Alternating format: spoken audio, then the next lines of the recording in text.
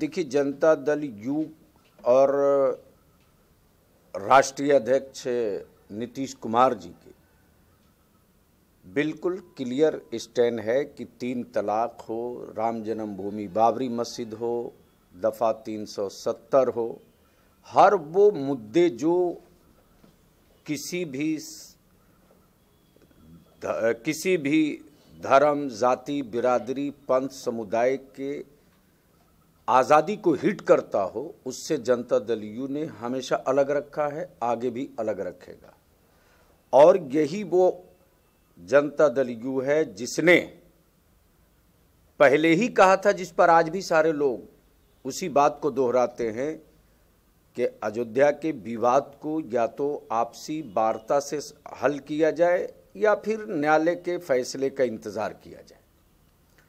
Janata Dal you के राष्ट्रीय अध्यक्ष माननीय श्री नीतीश कुमार जी के अध्यक्षता में राष्ट्रीय अधिवेशन में इस पर प्रस्ताव भी पारित किया गया और वही प्रस्ताव हमारे लिए, पार्टी के लिए गाइडलाइन है।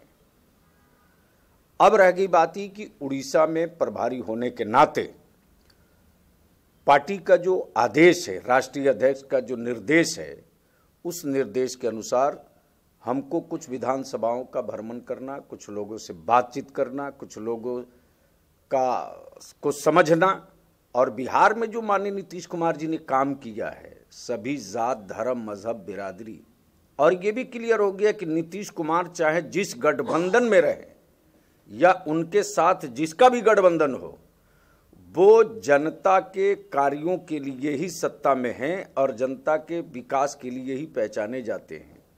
तो पार्टी के नेता के उस मिशन को, विजन तक को, उड़ीसा तक, बंगाल तक, जहां हम प्रभारी हैं या हमारे अन्य साथी जो प्रभारी हैं, उन लोगों के जिम्मे यह दायित्व दिया गया है कि कम से कम 22 से 24 विधानसभाओं को चिन्हित किया जाए। उस पर आने वाले दिनों में हम अपनी रणनीति बनाएंगे। तो इसी कार्यक्रम को लेकर के अचानक जो आप साथियों से वार्ता का अवसर मिला, उसमें हमने फील किया, महसूस किया कि पार्टी के कार्यों को थोड़ी और गति दिया जाए और पार्टी की नीतियों को जनता तक पहुंचाने के लिए एक स्पोक्समैन का होना, एक प्रवक्ता का होना अनिवार्य है। और उसके लिए हमने एज ए प्रभारी भाई अपने वो सोमनाथ जी को इस कार्य के लिए उचित समझा और इस काम के लिए इन पर को नियुक्त भी किया है। अब रहा ये कि जो पार्टी जनता दल यू है और जो लीडर नीतीश कुमार हैं, ये देश का अगर जनमत मांग लिया जाए 1-2 करके कि आने वाले 2019 में आज का जो हमारा राजनीतिक, सामाजिक और कई दृष्टिकोण से जो बिखराव दिख रहा है देश भर में, पूरे देश को राजनीतिक तौर से संतुलित करके एक विकास की लकीर खींचने की कोई क्षमता बढ़िया रख सकता हो तो उस व्यक्ति का नाम नीतीश कुमार। सिवाय बीजेपी से हमारा सिर्फ बिहार में एक बात समझ लेना चाहिए कि हमारा गठबंधन जो है वो पॉलिटिकली है, मेंटली नहीं है और एजेंडे के आधार पर।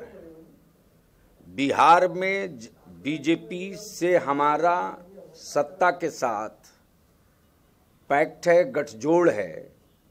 पूरे देश भर में हमने जनता दल यू का कहीं कोई अलायंस नहीं है। अब भी हमने छत्तीसगढ़ में भी चुनाव लड़ा, गुजरात में भी लड़ा, उड़ीसा में भी लड़ेंगे। अभी मैं घूम रहा हूं, अभी तो शुरुआत ही किया हूं विधानसभा वाइज। तो अब भी जैसे हमने यहाँ बीजेपी के विरोध में नारा लगाएंगे कि नहीं आप? तबीयत से लगेगा। नीतीश कुमार और जनता दल यू का की अपनी पहचान है। हम किसी के पिछलग्गू या किसी के पर आधारित राजनीति जनता दल या यू नीतीश कुमार नहीं करते हैं, वो बिल्कुल क्लियर है। कौन सा नारा लगेगा अभी तक फाइनल हुआ है? थोड़ा समय आने दीजिए, अभी तो शुरुआत हुई। अभी तो हम उड़ीसा के ज़्यादा से ज़्यादा कुछ ही विधानसभाओं में अभी घूमे हैं। अब फिर उसके बाद हम ढूंढेंगे आपके भद्रक से। भाई रिश्ते तो अपनी जगह हैं। रिश्तों से अगर रिश्ते निभाए जाते तो हमको लगता है कि जनता दल यू के साथ ही वो आ गए होते। कितना सीट लड़ेंगे? अभी ये नहीं है, लेकिन अभी तक जो मैं घूमा हूं तो आज तक का, अगर आप ही लोग जो सर्वे करते हैं, आप ही लोगों के सर्वे के अनुसार मेरा भी सर्वे है कि अभी तक 24 हमारे पास फिटेड उम्मीदवार भी हैं।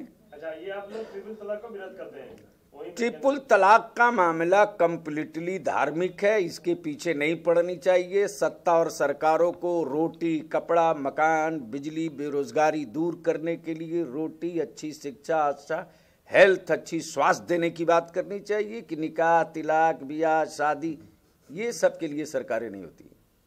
मुद्दा क्या रहेगा आपका? समय आएगा, सब कुछ तय हो जाएगा। आप लोग आज नए साल के दूसरे दिन आप सभी भाइयों से मुलाकात हो गई इसी बहाने, इसलिए मेरी बहुत सारी शुभकामनाएं आप लोगों के साथ।